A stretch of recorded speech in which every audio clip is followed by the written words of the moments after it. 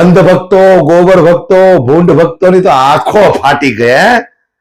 ઘણા બધા એ હોશિયારી મારતા હતા કે 17 લાખ રત્ન કલાકારો છે, તમારી રેલીની અંદર 170 જણા નો આવે, 170 જણા આપિયાઓની રેલીમાં નો આવે. આવી હોશિયારીઓ મારતા હતા, ફાંકા ફોજદારીઓ કરતા હતા. મને ઘણા બધા કીધું હતું આ રત્ન કલાકારો પોતાનો ધંધો પાડીને કોઈ ન આવે, કોરે કોરા હાલ્યા જાજો તમે આપવાળા. આંખ્યું ફાડીને જોવો, આંખ્યું ફાડીને જોવો ગોબર ભક્તો, ભૂંડ ભક્તો, મોદી ભક્તો. આ તમારા આકાની સભામાં જે 500 1000 રૂપિયા દઈ મફતની બસો દોડાવી જયારે લાવવા પડે છે ને, એ આમ અમારે લાવવા નથી પડતા. લોકો સ્વયંભૂ આવે છે, સ્વયંભૂ આવે છે. કારણ ગોપાલ ઇટાલી આવે છે, ભારતીય જનતા પાર્ટીના ભ્રષ્ટ નેતાનો કાળ આવે છે, એટલે લોકો સ્વયંભૂ આવે છે.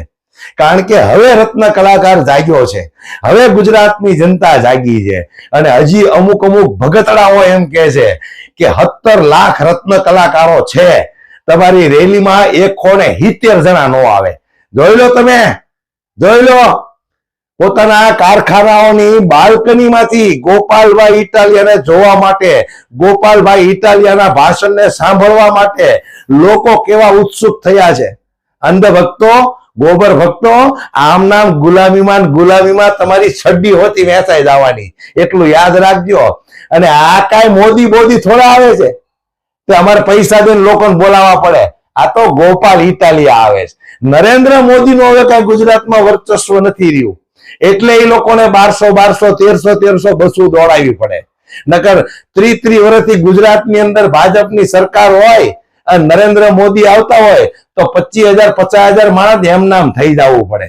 આ તો બધાને આવજો બાપા, આવજો બાપા, આવજો બાપા કરવું પડે. કાં તો કોકને ધમકીઓ મારવી પડે, નોકરી વહી આવો નહીં આવો તો બસું ખાલી હાલી જતી હતી રોડ ઉપર, ખબર છે ને ભક્તો? બસું રોડ ઉપર ખાલી હાલી જતી હતી. કારણ કે કોઈને રસ જ નથી નરેન્દ્ર મોદીમાં. એની પાસે વાતો શું હોય? મન કી બાત ને ઘંટ કી બાત ને બીજી કઈ વાત ન હોય. અને કાં તો કે કોંગ્રેસે આમ કર્યું, કોંગ્રેસે તેમ કર્યું. તો 30 વર્ષથી તમે અહીંયા ભજ્યા તળો ગુજરાતની અંદર, તમે શું કરી નાખ્યું? અને કદાચ કોંગ્રેસે બગાડી નાખ્યું હોય તો તમે સારું કરી દો, તમે સારું કરી દો ને.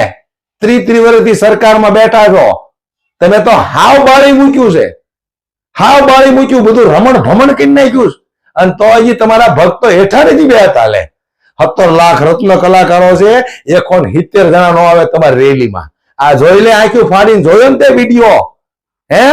એટલે હવે છાનામાના બેહજો, ખાલી તમારા આકાની ભક્તિ કર્યા રાખો. બાકી આમ આદમી પાર્ટી હવે મજબૂત બનતી જાય છે, કારણ જનતા જાગતી જાય છે.